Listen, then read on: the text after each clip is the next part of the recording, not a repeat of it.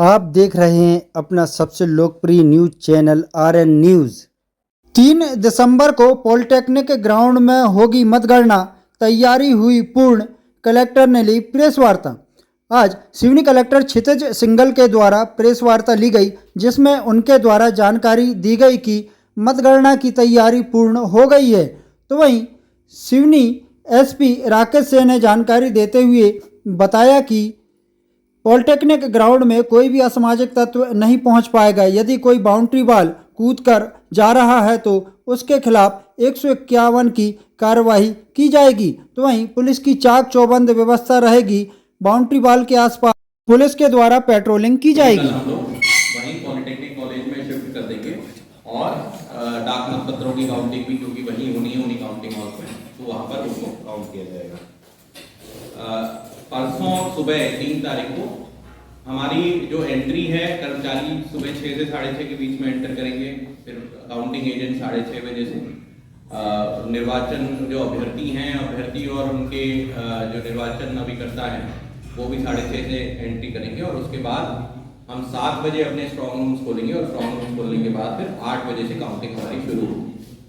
Counting का जो प्रक्रिया है वो आप सबको पता ही है कि हम जैसे सुबह 8 बजे पहले हम लोग डाक मतपत्र की काउंटिंग करते हैं, जो पोस्टल बैलेट है, और उसके आधा घंटे बाद 8:30 बजे से कंट्रोल यूनिट की जो ईवीएम से काउंटिंग जो है वो शुरू होगी। एक बार मैं विधानसभा वार आप लोगों को बताना चाहूंगा।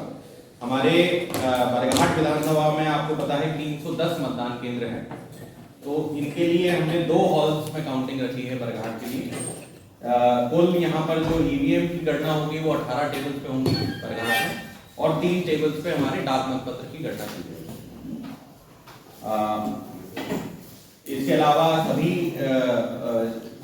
जो कैमरे वगैरह मैं सभी विधानसभाओं में कॉमन है, तो मैं क्लियर करता हूँ कि हर विधानसभा के जो काउंटिंग हॉल्स हैं जितने भी, उन सबको भी सीसीटीवी के रूप से कवर किया गया है। पूरे परिसर को भी, जहाँ से मशीनें लाएंगे ले जाएंगे, वो भी पूरा सीसीटीवी से कवर होगा, ताकि कहीं पर भी किसी भी प्रकार की कोई घटना या कोई भी चीज़ हो वो किसी की भी नज़र से ना बचे।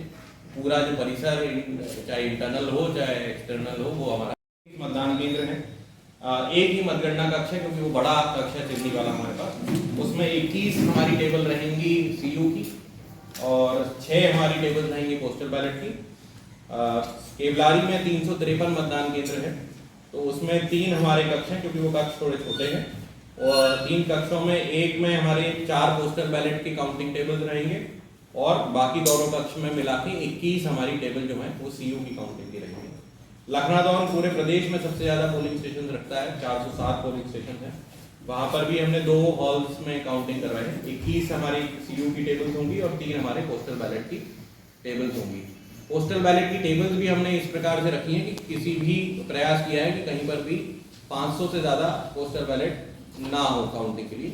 किसी में है भी तो 10-20 ऊपर ज़्यादा हमारा ज़रूरत नहीं पड़ेगी, ताकि काउंटिंग हमारी समय से शुरू हो सके, समय पर पूरी हो सके।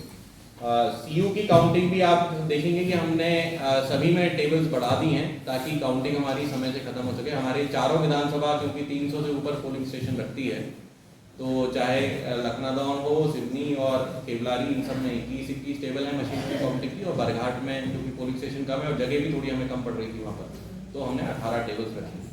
तो मैक्सिमम हमारा जो रिजल्ट है वो 20 राउंड तक जाएगा, जो लखनादौन के लिए है। बाकी जो विधानसभाएं हमारी जो केवलारी जैसे सिवनी है वो 16 राउंड में कवर हो रही है। हमारी क्या कहते हैं, केवलारी जो है वो 17 राउंड में कवर हो रही है। लगभग 17 से 18, मतलब 18 राउंड में हमारे बरघाट भी कवर हो जाएगी। और क्योंकि लखनादौन में बहुत सारे पोलिंग स्टेशन है, तो वो 20 राउंड तक जाएगा। पोस्टल बैलेट्स की काउंटिंग भी जैसे मैंने बताया कि सुबह 8 बजे शुरू होके और पैरेलल में चलती रहेगी। जैसा पहले होता था कि जब तक पोस्टल बैलेट की कंप्लीट नहीं होती थी तो आखिरी राउंड मशीनों का नहीं होता था, वो अब व्यवस्था आयोग से खत्म कर दी गई है। तो पोस्टल बैलेट की काउंटिंग अपना स्वतंत्र रूप से चलती रहेगी और मशीनों की काउंटिंग स्वतंत्र रूप से चलती रहेगी। हमारा प्रयास ये है कि हम क्योंकि इसके बाद एक बार मशीनों की स्लिप्स की काउंटिंग भी करनी होती है मैंडेटरी। 5 पोलिंग बूथ की रैंडमली हम लोग चिट उठा के अभ्यर्थियों के सामने की जाती है। तो जब सारी मशीनों की काउंटिंग हो जाएगी उसके बाद 5 मतदान केंद्र लॉट के माध्यम से चुने जाएंगे और उसके बाद उन पर वीवीपैट की जो स्लिप्स हैं उनकी काउंटिंग की जाएगी एक एक करके।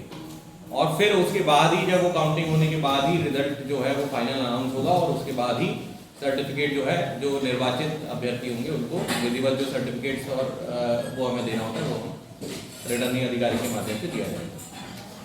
तो ये मोटा मोटा हमारा काउंटिंग की व्यवस्था है। अब अगर हम मीडिया संबंधी व्यवस्थाओं की बात करें तो सेम चीज़ आप लोगों पे लागू है।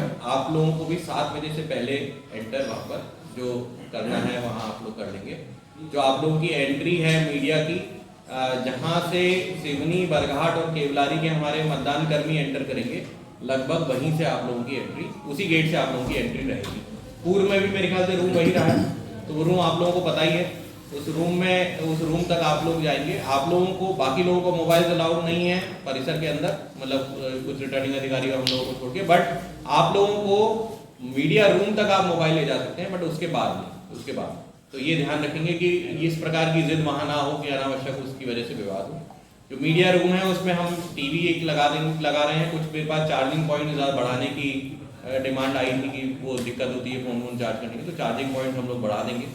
तो अपना आप मतलब जो आपको और कोई सामग्री अदरवाइज लाने की जरूरत नहीं, पर अपना मोबाइल चार्जिंग और चार्जर और मोबाइल और ये जो है आप मीडिया रूम तक ला सकते हैं।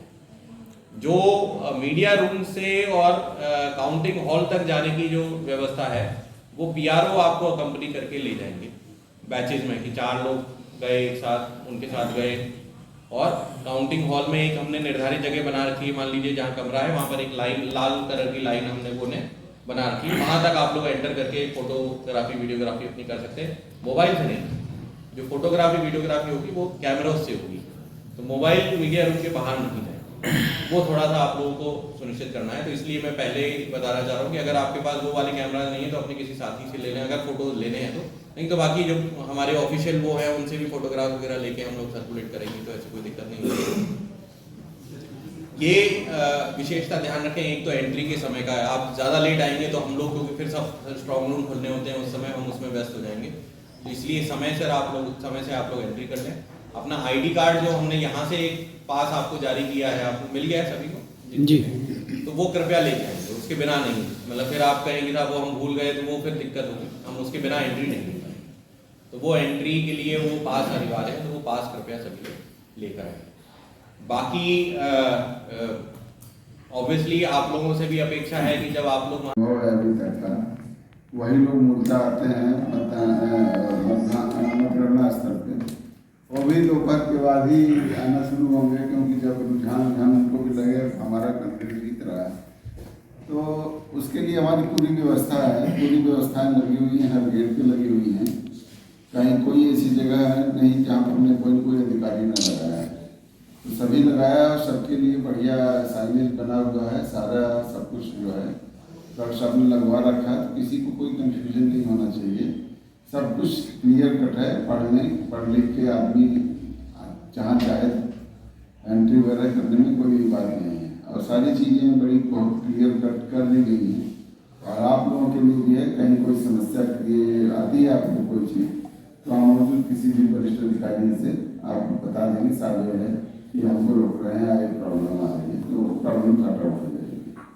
और जहाँ भीड़ है तो चुनाव एक बड़ा उत्सव है लोकतंत्र का, तो अगर कोई उत्साहित होकर आसपास आ जाता है तो ठीक है, हम उसको अनियंत्रित नहीं होने देंगे, उनको अनुशासित करने का प्रयास करेंगे। लेकिन लोकतंत्र का उत्सव है तो लोगों की भीड़ से हम इनकार नहीं कर सकते कि लोग आएंगे नहीं। लेकिन ऑलमोस्ट जो है ये जब होगा तो उसके लिए भी हमें मुख्यालय से बल मिल गया है।